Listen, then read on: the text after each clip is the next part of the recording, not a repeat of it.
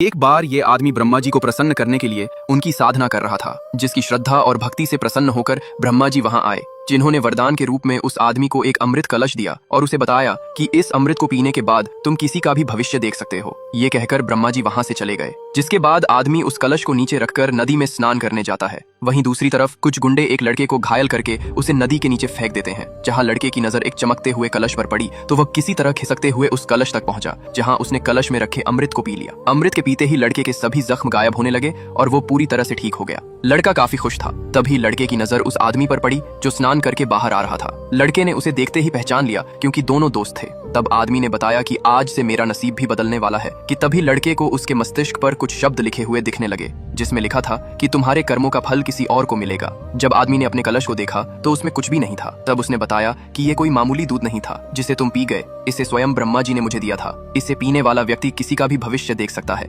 अब तक हमने देखा कि ब्रह्मा जी द्वारा मिले अमृत को पीते ही लड़के में भविष्य देखने की शक्ति आ गई। जब लड़का उस कलश को लेकर वहां से जा रहा था, तभी रास्ते में उसे वही गुंडे मिल गए जिन्होंने कुछ देर पहले उसे मारकर नदी में फेंक दिया था। लड़का अपना बचाव करने के लिए उस कलश से उन पर वार करता है, जिससे एक गुंडा उड़ते हुए दूर जा गिरा। लड़का उस दिव्य कलश की शक्तियों को देखकर काफी खुश था, जिसके बाद लड़के ने उस दिव्य कलश की मदद से सभी गुंडों को एक एक करके मजा चखाया। जब लड़का वापस आ रहा था, तभी कोर्ट के सामने उसे एक आदमी का भविष्य दिखाई दिया, जिससे लड़के को पता चल गया कि आज का टेंडर इसी आदमी को मिलने वाला है। इसलिए लड़के ने उस बुढ़े आदमी के पास जाकर उससे डील पक्की की और कहा, अगर मैं आपको ये टेंडर दिला दूं तो आप मुझे क्या दोगे? जिस पर बूढ़े आदमी ने उसे 10% कमीशन देने को बोला। लड़का उनसे पैसा तैयार रखने को बोलकर अंदर चला गया। कुछ देर बाद कोर्ट का एक कर्मचारी बाहर आया और उसने बताया कि आज का टेंडर उस आदमी को मिल गया है। ये सुनकर बूढ़ा आदमी काफी खुश हो गया, जिसके बाद लड़का उससे अपना 10% कमीशन लेकर वहां से चला गया। इधर लड़के की प्रेमिका लड़के की माँ से मिलने उसके घर आई। वो उन्हें बताना चाहती थी कि उनका बेटा अब इस दुनिया में नहीं है।